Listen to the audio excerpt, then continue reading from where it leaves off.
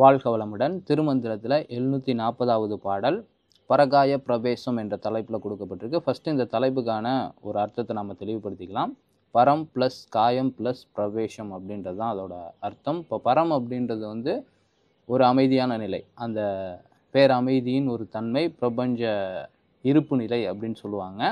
So அடுத்ததாக காயம் அப்படின்றத எதை சொல்லுவாங்கன்னா, இப்போ நாம் பயன்படுத்திக்கிட்டு இருக்கோம்ல இந்த உடல் மனம் உயிர் அப்படின்ற இணைப்பை தான் சொல்லுவாங்க. ஏன்னா இதை ஏன் காயம்னு சொல்கிறாங்கன்னா, இது காயம்பட்ட நிலையில் தான் இருக்குது. இப்போ உதாரணத்துக்கு பிறந்ததுலேருந்து இன்றைக்கி வரைக்கும் ஒரு மரணத்தை நோக்கி தான் நான் நகர்ந்துக்கிட்டு இருக்கு. ஒரு புண்ணு எப்படி புற ஓடி போய் ஃபுல்லாக அப்படியே வியாபித்து அந்த இடத்த அழுக வச்சு வீணாக்குதோ, அதே போல் இந்த உடல் அப்படின்றது நமக்கு கொடுக்கப்பட்டிருந்தாலும் இந்த மனம் உயிர் அப்படின்ற இயக்கம் இதில் நீடித்து நிலச்சி இருக்க போகிறது இல்லைல்ல. ஒரு காயம் போல் அழிஞ்சு போகக்கூடிய ஒரு தன்மைக்கு தான், அழுகி போகக்கூடிய ஒரு தன்மைக்கு தான் நகர்ந்துக்கிட்டு இருக்குன்றதுனால இந்த மூன்றின் இணைப்பை காயம்னு சொல்லுவாங்க. பிரவேசம் அப்படின்றது ஒரு இடத்துல போய் நாம் சுற்றி பார்க்குறதுன்னு வச்சுக்கோங்க, வியாபிக்கிறதுன்னு வச்சுக்கோங்க.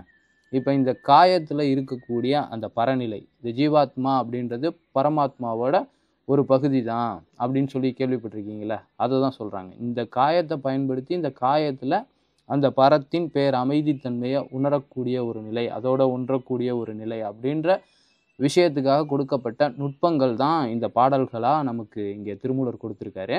ஸோ இந்த பரகாய பிரவேசம் அப்படின்றது இந்த அர்த்தத்தை தான் குறிக்குது.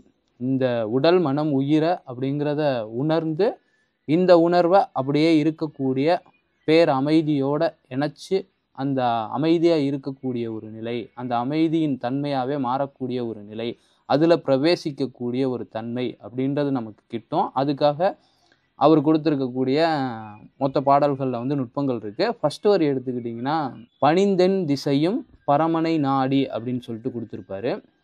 இப்போ நம்ம உடலில் அந்த பரத்தின் தன்மையை உணரணும், இந்த உடலை கொண்டு மனதை கொண்டு உயிரை கொண்டு அந்த இறைசக்தியோட, அந்த இறைசக்தியின் இருப்போட நம்ம பிரவேசம் பண்ணணும், அங்கே போகணும் அப்படின்னா ஃபஸ்ட்டு பணிவு அப்படின்றது நம்மக்கிட்ட உருவாகணும். பணிந்தென் திசையும் அப்படின்னு சொல்கிறாங்க. பணிவு அப்படின்றது அடக்கம்னு சொல்லுவாங்களா, அமைதியாக உட்கார்றது. மனம் அப்படின்றது இப்போ அலைப்பாய்ந்து கொண்டு இருக்குது, எங்கெங்கேயோ ஓடிக்கிட்டு இருக்குது, எண்ணங்களை தொட்டு பல எண்ணங்களில் பயணம் பண்ணிக்கிட்டு இருக்குது. இப்படி இல்லாமல் அமைதி அப்படின்றது ஒன்று வரணும், பணிவு அப்படின்றது ஒன்று வரணும். அகங்காரம் அப்படின்றது அந்த எண்ணங்களை தொட்டு தான் வருது. ஸோ இந்த மனம் அப்படின்றது எண்ணங்களோட பிடியிலிருந்து விடுபட்டுருச்சு அப்படின்னா நம்மக்கிட்ட ஆட்டோமேட்டிக்காக பணிவு அப்படின்றது வந்துடும். அந்த பணிவு வந்ததுக்கப்புறம் பணிந்தென் திசையும் அப்படின்னு சொல்கிறாங்க.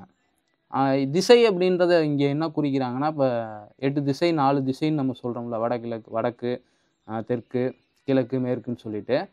இதில் ஒவ்வொரு திசைகள்ல இருந்தும் காற்று வேறுபட்ட நிலையில் இருக்கும். இப்போ வடக்கு வாடை காற்றும்பாங்க, தெற்கு அப்படின்றது தென்றல் காற்றும்பாங்க. இப்படி ஒவ்வொரு திசைகளுக்கும் ஒரு காற்று சொல்லுவாங்க. இந்த காற்றை எதுக்கு இங்கே குறிக்கிறாங்க அப்படின்னா, அந்த காற்றை தொட்டு தான் நம்மளுடைய உடலின் இயக்கம், மனதின் இயக்கம், உயிரின் இயக்கம் இருக்குது. ஸோ இயக்கத்தை நாம் முன்வைக்கிறதுக்காக தான். இப்போ திசை, அவன் மனசு ஒவ்வொருத்தனும் ஒவ்வொரு திசையில் போய்கிட்டு இருக்காங்க அப்படின்னு சொல்கிறோம்ல. அப்போ மனம் ஒரு போக்கில் வெவ்வேறுபட்ட நிலையில் போச்சு அப்படின்னா அது திசையை கொண்டு நம்ம அடையாளப்படுத்துறது வழக்கமாக இருந்துக்கிட்டு இருக்கு. அதே போல் தான் இந்த மனதின் தன்மை. இப்போ ஒரு நேரம் தென்றல் போல் ரொம்ப சாஃப்டாக அழகாக இருக்கும், ஒரு சில நேரத்தில் சூறாவளி போல் பதற்றம் பயம் அப்படிங்கிறதுக்குள்ளே இருந்துக்கிட்டு இருக்கும். சில நேரங்களில் துக்கம் துயரம்னு வாடைக்காற்று போல் நோயை கொண்டு வரக்கூடிய நிலையிலையும் இருக்கும். அப்போ மனதின் போக்கை இங்கே குறிக்கிறதுக்காக தான் இந்த என் திசை அப்படின்ற அந்த வார்த்தையை சேர்த்துருக்காங்க. பணிந்தென் திசையும் அப்படிங்கிறது நம்ம மனம் எந்த திசையில் எப்படியாப்பட்ட சூழலில் இருந்தாலும் பரமன் அப்படின்ற ஒரு அமைதியை நாடி தான் இருக்கணும், நிதானத்தோடு இருக்கணும்.